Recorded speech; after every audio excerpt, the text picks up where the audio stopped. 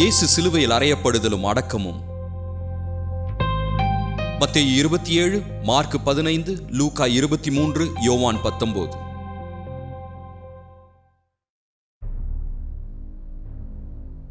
அவர்கள் இயேசுவை கொண்டு போகிற பொழுது கிராம பகுதியிலிருந்து வருகிற சிரேனே ஊரானாகிய சீமோன் என்கிற ஒருவனை பிடித்து சிலுவையை அவர் பின்னால் சுமந்து கொண்டு வரும்படி அதை அவன் மேல் வைத்தார்கள்.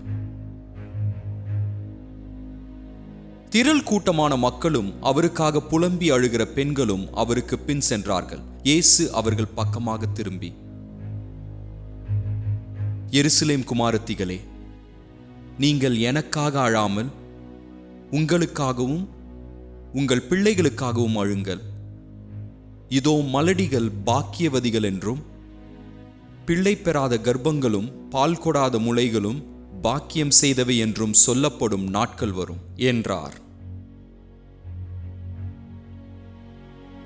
குற்றவாளிகளாகிய வேறு 2 பேரும் அவரோடு கூட கொலை செய்யப்படுவதற்கு கொண்டு போகப்பட்டார்கள். கொல்கதா என்று சொல்லப்பட்ட மண்டையோட்டு இடத்திற்கு அவர்கள் வந்தபொழுது கசப்பு கலந்த காடியை அவருக்கு குடிக்க கொடுத்தார்கள். அவர் அதை ருசித்த பின்பு குடிக்க மனதில்லாதிருந்தார். அங்கே அவரையும் அவருடைய வலது பக்கத்தில் ஒரு குற்றவாளியையும் அவருடைய இடது பக்கத்தில் ஒரு குற்றவாளியையும் சிலுவையில் அறைந்தார்கள். அப்பொழுது இயேசு, பிதாவே, இவர்களுக்கு மன்னியும், தாங்கள் என்ன செய்கிறோம் என்று அறியாதிருக்கிறார்களே என்றார். போர் சேவகர் இயேசுவை சிலுவையில் அறைந்த பின்பு அவருடைய ஆடைகளை எடுத்து ஒவ்வொரு வீரனுக்கு ஒவ்வொரு பங்காக 4 பங்காக்கினார்கள். அங்கியை எடுத்தார்கள். அந்த அங்கி தையல் இல்லாமல் மேலிருந்து கீழ்வரை முழுவதும் நெய்யப்பட்டதாயிருந்தது. வீரர்கள் ஒருவரோடு ஒருவர் பேசிக்கொண்டார்கள், இதை நாம் கிழியாமல் யாருக்கு வருமோ என்று இதை குறித்து சீட்டு போடுவோம் என்று. என் ஆடைகளை தங்களுக்குள்ளே பங்கிட்டு என் உடைமையின் மேல் சீட்டு போட்டார்கள் என்று வேதவாக்கியம் நிறைவேறத்தக்கதாக போர் வீரர்கள் இப்படி செய்தார்கள். அவரை சிலுவையில் அறைந்த பொழுது காலை 9 மணி வேளையாயிருந்தது. பிலாத்து ஒரு குறிப்பை எழுதி சிலுவையின் மேல் ஒட்டி வைத்தான். அதில் நசரேனாகிய இயேசு யூதருடைய அரசன் என்று எழுதப்பட்டிருந்தது. இயேசு சிலுவையில் அறையப்பட்ட இடம் நகரத்திற்கு அருகில் இருந்தபடியால் யூதரில் அநேகர் அந்த குறிப்பை வாசித்தார்கள். அது எபிரேயு, கிரேக்க, லத்தீன் மொழிகளில் எழுதப்பட்டிருந்தது. அப்பொழுது யூதருடைய பிரதான ஆசாரியர் பிலாத்துவை நோக்கி, யூதருடைய அரசன் என்று நீர் எழுதாமல் தான் யூதருடைய அரசன் என்று அவன் சொன்னதாக எழுதும் என்றார்கள். பிலாத்து மறுமொழியாக, நான் எழுதினது எழுதியதுதான் என்றான். அந்த வழியாய் நடந்து போகிறவர்கள் தங்கள் தலைகளை அசைத்து, ஆஹா, தேவாலயத்தை இடித்து 3 நாளைக்குள்ளே கட்டுகிறவனே, உன்னை நீயே காப்பாற்றிக்கொள், சிலுவையிலிருந்து இறங்கி வா என்று அவரை நிந்தித்தார்கள். அப்படியே பிரதான ஆசாரியரும் வேதபாரகரும் தங்களுக்குள்ளே அவரை கேலி செய்து, மற்றவர்களை ரட்சித்தான், தன்னைத்தானே ரட்சித்துக் கொள்ள சக்தி இல்லை. நாம் கண்டு விசுவாசிக்கத்தக்கதாக இஸ்ரவேலுக்கு அரசனாக கிறிஸ்து இப்பொழுது சிலுவையிலிருந்து இறங்கி வரட்டும், நாம் கண்டு விசுவாசிக்கலாம். அவரோடே கூட சிலுவையில் அறையப்பட்டவர்களும் அவரை நிந்தித்தார்கள். அது மட்டுமின்றி சிலுவையில் அறையப்பட்டிருந்த குற்றவாளிகளில் ஒருவன் அவரை நோக்கி, நீர் கிறிஸ்துவானால் உன்னையும் எங்களையும் ரட்சித்துக்கொள் என்று அவரை கேலி செய்தான். மற்றவன் அவனை நோக்கி, நீ இந்த தண்டனைக்குட்பட்டவனாயிருந்தும் தேவனுக்கு அஞ்சுகிறதில்லையா? நாமோ நியாயப்படி தண்டிக்கப்படுகிறோம். நாம் செய்த செயல்களுக்கு தக்கதாக பலனை அடைகிறோம். இவரோ தகாததொன்றையும் செய்யவில்லையே என்று அவனை கடிந்து கொண்டான். அவரை நோக்கி, ஆண்டவரே, நீர் உம்முடைய அரசில் வரும்பொழுது அடியேனை நினைத்தருளும் என்றான். இயேசு அவனை நோக்கி, இன்றே நீ என்னுடனே கூட பரதேசியில் இருப்பாய் என்று மெய்யாகவே உனக்கு சொல்லுகிறேன் என்றார். இயேசுவின் சிலுவையின் அருகே அவருடைய தாயும் அவருடைய தாயின் சகோதரி கிளேயப்பா மரியாளும் மகதலேனா மரியாளும் நின்று கொண்டிருந்தார்கள்.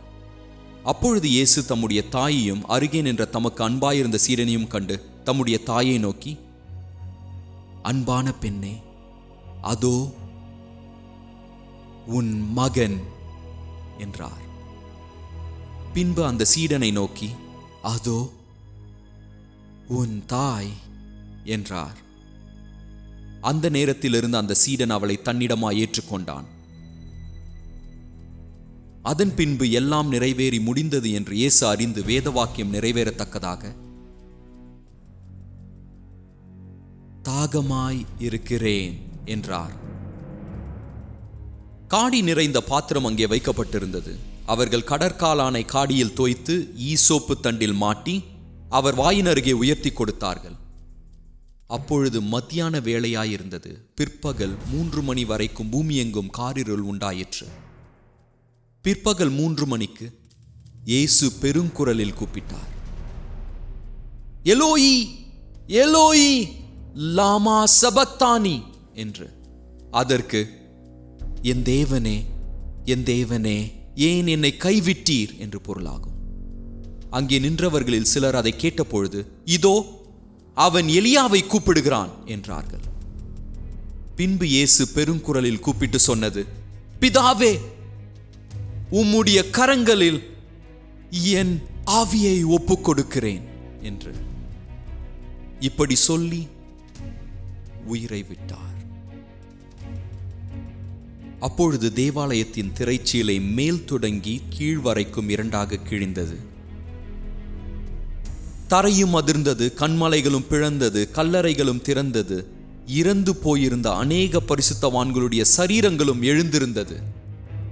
அவர் உயிர்த்தெழுந்த பின்பு இவர்கள் கல்லறைகளை விட்டு புறப்பட்டு பரிசுத்த நகரத்தில் நுழைந்து அநேகருக்கு காணப்பட்டார்கள்.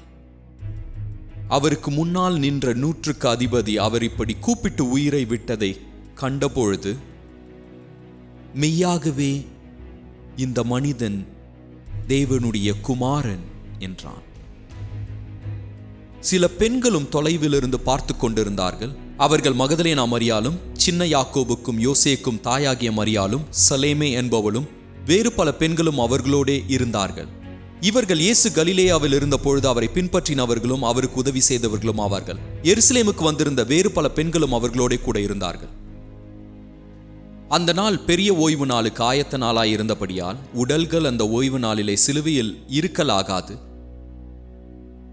ஏனெனில் ஓய்வு நாள் மிக முக்கியமான ஒரு நாள் ஆகும்.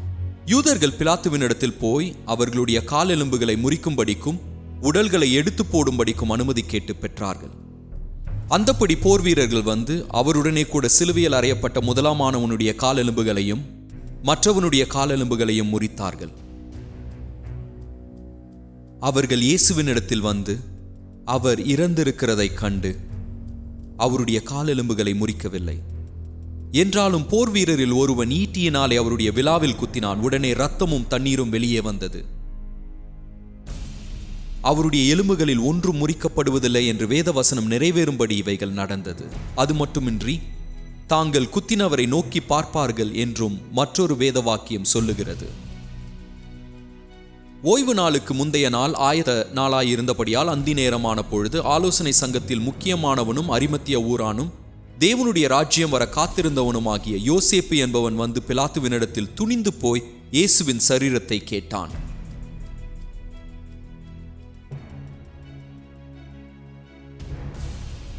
அவர் இத்தனை விரைவாக இறந்து போனாரா என்று பிலாத்து வியப்படைந்து 100க்கு அதிபதியை அழைப்பித்து அவர் இதற்குள்ளே இறந்தது உறுதியா என்று கேட்டான். 100க்கு அதிபதியினாலே அதை அறிந்து கொண்ட பின்பு சரீரத்தை யோசேப்பிடத்தில் கொடுத்தான்.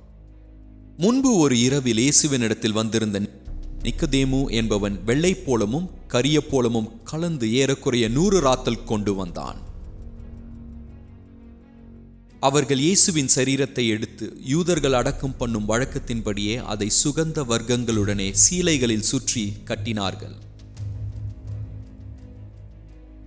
அவர் சிலுவையில் அறையப்பட்ட இடத்தில் ஒரு தோட்டமும் அந்த தோட்டத்தில் ஒருபோதும் ஒருவனும் வைக்கப்பட்டிராத ஒரு கல்லறையும் இருந்தது.